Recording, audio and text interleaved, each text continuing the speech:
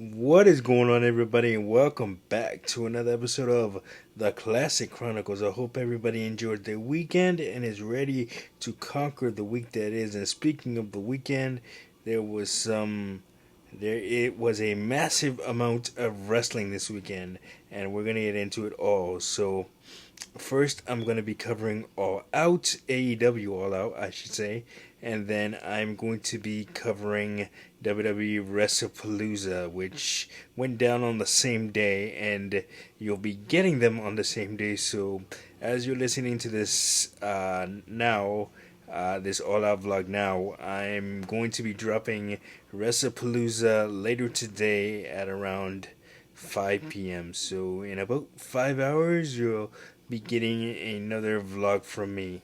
So be on the lookout for that and watch them both. But anyway, as promised, I'm going to deliver all my breakdown of all the action of AEW All Out. So, I did not watch the pre-show. I only caught the pay-per-view itself. So that is what I'm going to be going over, the main card. First, kicking off the afternoon because it went down at 3 p.m. on Saturday afternoon. Toronto, Canada's own Adam Copeland and Christian Cage faced FTR, man, and what a very fun opener it was. Lots of back and forth, lots of action.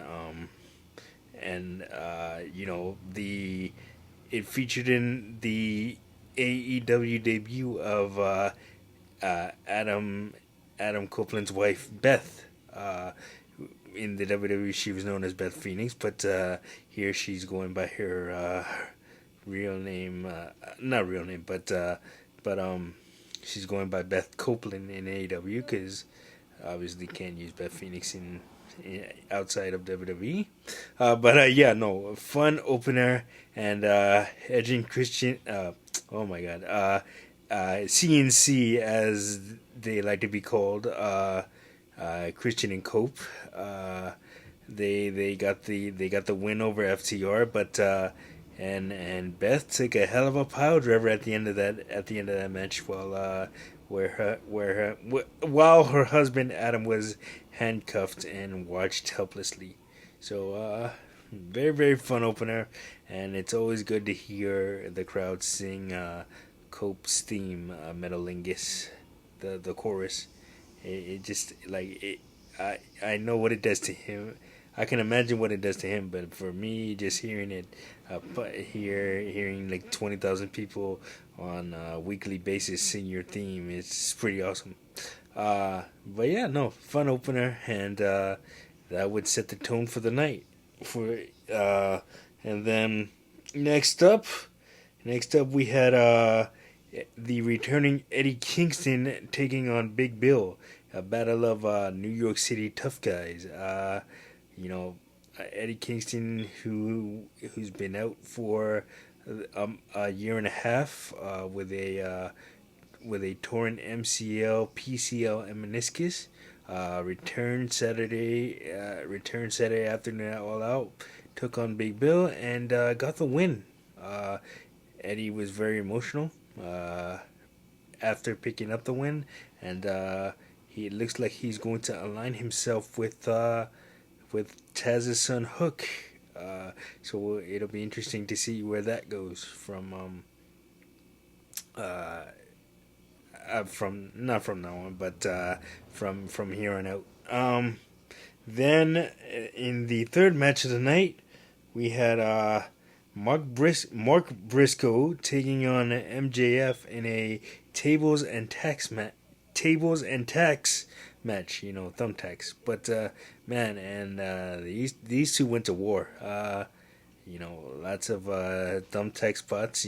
Back body drops on thumbtacks and various slams on thumbtacks. And Mark Briscoe ended up picking up the win over MJF. So yeah, with his patented with the J Driller. In homage to his late brother Jay Briscoe. That was Jay Briscoe's finishing maneuver, the Jay Driller. But yeah, very very fun match. And yeah, that was that. Next up, we had a 6-man tag featuring the Demand, which is Ricochet and the Gates of Agony taking on the Hurt Syndicate. Shelton Benjamin, Bobby Lashley, and MVP. Man, always good to see MVP step back in the ring. You know, he rarely does it nowadays because he's getting older and more of a managerial role. But whenever he steps in the ring, it's always cool. And this match, he was in the ring the majority of the time, so he took a lot of punishment out there. Props to him. But in the end, it was the Demand picking up the win when Ricochet pinned MVP in the middle of the ring with a spirit gun, which is like a running forearm that Ricochet does.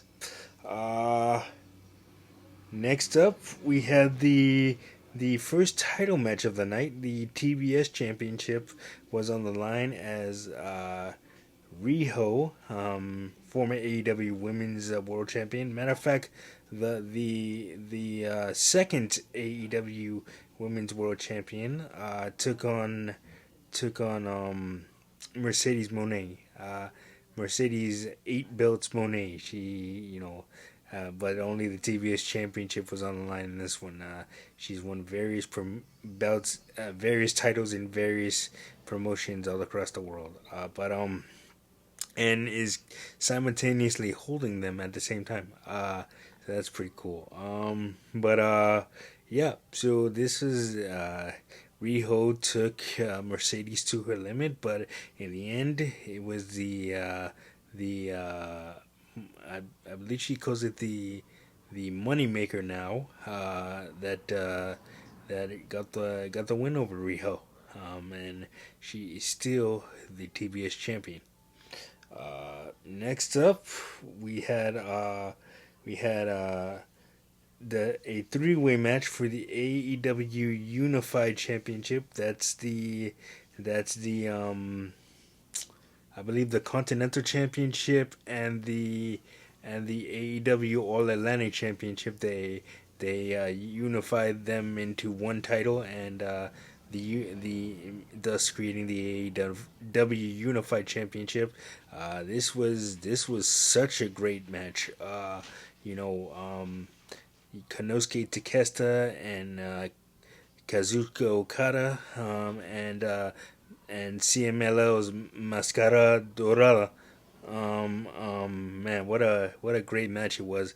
Hats off to all three men because those three men put on the performance of a lifetime. And if you haven't seen the match yet, I suggest you go somewhere and find it because if you're a professional wrestling fan, you will enjoy it for sure. It was definitely one of the highlights of the night at All Out, but not the only highlight. Anyway, Kazuchika Okada picked up the win over pinning Mascarada Dorada after the Rainmaker clothesline. Great match, man. Next up, it was a very very personal match, a coffin match between Jon Moxley and Darby Allin. So basically, Jon Moxley and the Death Riders took out Darby Allin. Well, that was a way to get him off TV because he was climbing Mount Everest. But yeah, they took him out, and now Darby's back for revenge. So basically, a coffin match is just a casket match. You gotta get your opponent inside the casket by any means, and close the lid shut to win the match. Very very physical match. Darby Allin put his body on the line as he always does, and Jon Moxley wrestled a more methodical match, even though it was a coffin match.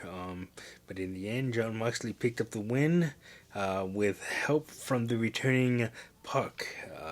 Puck hasn't been seen in a while. Puck is also a part of the Death Riders, so yeah, they are becoming a really strong crew. They just recently added Danny Garcia, and now with the return of Puck, they're very dangerous in AEW. Definitely a force to be reckoned with.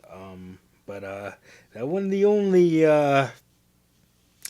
only time we'd see Darby Allin and John Moxley throughout the night, and we'll get to that in just a second. But first, next up, it was an AEW Women's World Championship match, where where the former AEW Women's World Champion Timeless Tony Storm defended against the Toxic Spider Tekla, Chris Statlander, and Jamie Hayter. But in the end, Chris Statlander ended up pinning Tony Storm with a really unique pin. We call it the seatbelt. And she ended up picking up the win with that move. And Chris Statlander, although she's been TBS champion before, she has not held the AEW Women's World Championship. So this is her first reign.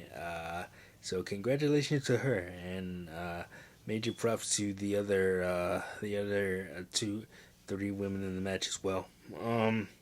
So as I said, after that match, we cut to a backstage segment where John Moxley and Darby Allin aren't done fighting, and basically John Moxley calls off the Death Riders and tells them, the night is over, don't worry about it. But Darby Allin attacks John Moxley from behind, and puts him in a body bag, and sets the body bag on fire. I jokingly said that Darby Allin tried to kill Mox on live pay-per-view, which is not the case at all. It was just for storyline purposes. But yeah, so it'll be interesting to see where that rivalry goes next. Next up, you had the semi main event, which was the hold on, 1, 2, 3. Okay, yeah, which is the 4-way ladder match for the AEW World Tag Team Championship. You had Brodito, which is Bandito and Brody King, the Ring of Honor World Champion Bandito and Brody King, taking on the Don Callis family, which was represented by Hechicero and Josh Alexander. And then you also had Jet Speed, Mike Bailey, and Speedball Mike Bailey and Kevin Knight. And then the Young Bucks, the former two-time AEW World Tag Team Champions and former EVPs of AEW. Well, television-wise, anyway, they still are the EVPs of AEW. They just don't. They just don't have that role on television. But in behind the scenes, they are. But anyway, what a hell of a fatal 4-way match for the AEW World Tag Team Championship. It seemed at a lot of times that the Young Bucks were going to become the only 3-time AEW World Tag Team Champions, but that was not to be, as Brodito ended up retaining the AEW World Tag Team Championship. And somebody should check on Speedball Mike Bailey, because that ladder bump that he took toward the end of the match looked brutal. Hopefully he's okay. But yeah, what a great main event. What a great semi-main event, I should say. But the main event was for the AEW Men's World Championship. Kyle Fletcher, the Protostar, also representing the Don Callis family, took on the AEW World Champion Hangman Adam Page. Man, what a 45-minute classic this was. And this actually ended up bleeding into WrestlePalooza. So I had to kind of watch two things at the same time, watching the All Out main event and then watching the beginning of WrestlePalooza. But man, what a match it was. Kyle Fletcher is was always known as a great tag team wrestler, but he's now coming into his own as a singles wrestler, and he has proven himself. His matches with Will Ospreay and his matches with Will Ospreay and Dustin Rhodes, and this match with Hangman Page, absolutely incredible. Like I said, 45 minutes back and forth. Plenty of near falls, just plenty of excitement, and man, in the end, Hangman Adam Page ended up picking up the win and retaining his AEW World Championship. But the TNT champion Kyle Fletcher has nothing to be ashamed of. That was one of his best singles matches to date.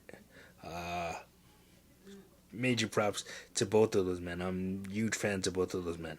So yeah, that was All Out, man. So All Out went on the air at 3 in the afternoon, and then finished at like 8:30. So 5.5 hour pay-per-view, but it doesn't matter when it was full of action and nothing dragged. All the matches were great. The talent delivered, so that doesn't matter. That's a hallmark of AEW with the long pay-per-views. But next up on the AEW docket is Wrestle Dream in October. I believe October 12th. Wrestle Dream from St. Louis. So yeah, I'm gonna be covering that as well. But anyway, that is going to do it for this episode of the Classic Chronicles. Like, subscribe, share. Don't forget to hit that notification button so you don't miss a video. And of course, we'll see you guys on the next one. Peace.